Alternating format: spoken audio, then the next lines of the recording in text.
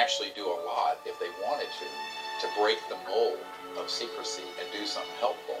And this is the proof that that's happened with a major country. This is arguably the most important UFO document in history. The irony of it is I couldn't disclose it for quite a while until that president, Sarkozy, was out of office and these folks were not in harm's way.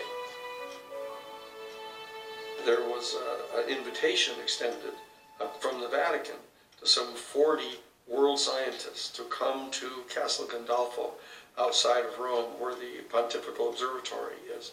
And they spent a week briefing the highest level members of the Vatican. They came out with an official press statement. Extraterrestrial life is going to be discovered much sooner than anybody had previously expected.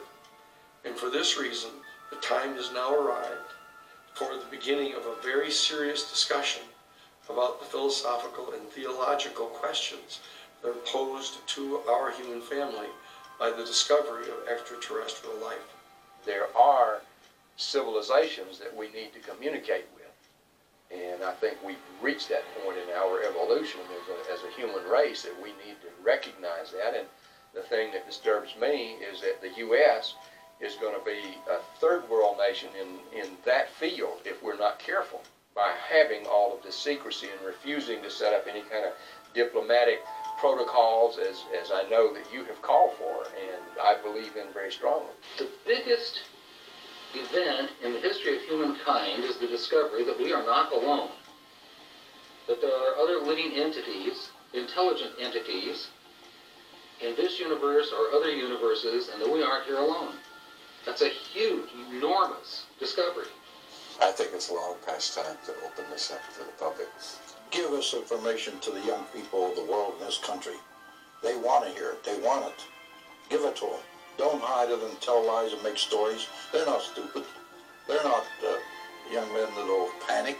UFOs are as real as the planes flying over your head, and that it's time that the United States government started coming clean on what it's all about, because there are very important military and economic issues that have to be addressed. And how can you address a question which relates to a subject that people don't even won't admit exists? And it's a mission that we, as the baby boomer generation, pass on to you. Humanity is at a crossroads. A choice between endless war in space, growing poverty and environmental destruction, or a future where we explore the stars, live in peace with each other and our planetary neighbors. The technology is there. The solutions to Earth's urgent and long-term potential problems are there. The technologies will change the macroeconomic system. Because visualize for a moment, you're at your home, all your power needs are being provided from one of these zero-point or quantum vacuum energy systems.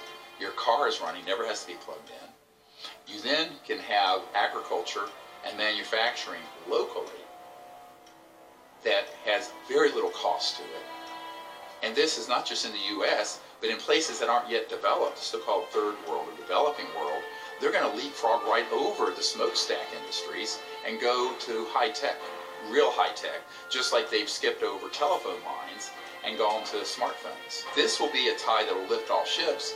The world will be increasingly interconnected, and yet on the local level, be completely self-sufficient. Every village, every home. And this is something that is the biggest change economically in the history of the human race.